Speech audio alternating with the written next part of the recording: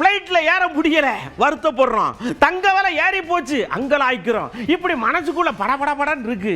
இந்த டென்ஷன் எல்லாம் குறைக்கிறதுக்கு என்ன செய்யலாம் அப்படின்னு மக்கள்கிட்ட கேட்டோம். மளமளன்னு பதில சொல்றாள்ல. ஆசிரியர் பண்ணி முடிச்சுட்டு நான் என்ன பண்ணுவேன்னா வயல்வெளிகளை பார்க்க நான் போவேன். அங்கே பச்சை பசைன்னு இருக்கும் போது நம்மளுடைய மனசு நல்ல இதமாக இருக்கும். நான் மார்க்கெட்டிங் ஒர்க் பண்ணுறேன். என்னோட மனசு ரிலாக்ஸன் ஆகிறதுக்கு வந்து நான் சாங் விரும்பி கேட்பேன்.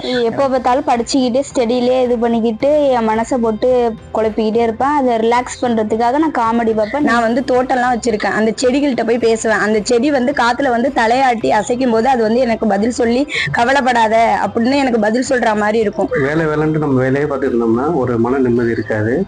அது வந்து எல்லாரும் புரிஞ்சுக்கிட்டு நல்லா ஒரு என்ஜாய்மெண்ட்டோட வாழும். நம்ம வெளியில் எங்காவது போயிட்டு கோயில்கள் இது மாதிரி நேச்சர் இது மாதிரி போகிறது, ரசிக்கிறது, இந்த மாதிரியான விஷயங்கள்லாம் நம்ம ரிலாக்ஸேஷனாக பண்ணிட்டு இருக்கோம். ஃப்ரெண்ட்ஸ் கூட வெளியில போறது, இல்ல ஃபேமிலியோட வெளியில போறது, எந்த சண்டை சச்சரவு இல்லாத இருந்தா, எந்த இது இல்லாத இருந்தா, ஃபேமிலியில வந்த பிரச்சனை இல்லாத ரிலாக்ஸா இருக்கலாம். இல்லை புக் படிக்கலாம், இல்லை அவங்களுக்கு பிடிச்ச ஓவியங்களை வரையலாம். ஸோ இந்த மாதிரி விஷயங்களை செய்யும் போது தானாகவே அவங்களுக்கு இந்த மன அழுத்தன்றது போயிடும். மொபைல்ல நம்ம பார்த்து பேசுறதை நிறுத்திக்கிட்டோம். அதுவே நம்மளுக்கு ஒரு மிகப்பெரிய ஒரு வேதனையோ ஒரு இறுக்கத்தையும் கொடுக்குது. அவன் படிப்புக்கு ஏற்ற மாதிரி வேலை கிடைச்சினாக்கா அதுவே அவனுக்கு பெரிய நிம்மதி. டெய்லி மார்னிங் வாக்கிங் ஷாப்பிங் போகிறது, ஃப்ரெண்ட்ஸ் கூட கொஞ்சம் பேசிட்டு அது அங்கே எதை பற்றியும் ரிலாக்ஸாக அப்படி இருந்தாலே மைண்ட் வந்து ஸ்ட்ரெஸ் ஆகாமல் மைண்டை ஃப்ரீயாக வச்சுக்கலாம். நமக்கு கிடைச்ச வாழ்க்கை, இந்த வாழ்க்கையை வந்து நம்ம தான் கையாரி முன்னாடி கொண்டு போகணும். அப்படி யாரும் எதிர்பார்த்துருந்தீங்கன்னா அது பெரிய ஏமாற்றம் தான் நினைச்சேன். ஃபர்கிவ் பண்ணா நம்ம கொஞ்சம் பீஸ்ஃபுல்லா இருக்கும். நம்ம வருமானத்துக்கு மீறி செலவு பண்ணிக்கிட்டு தவணன்னு சொல்லிவிட்டு இப்போ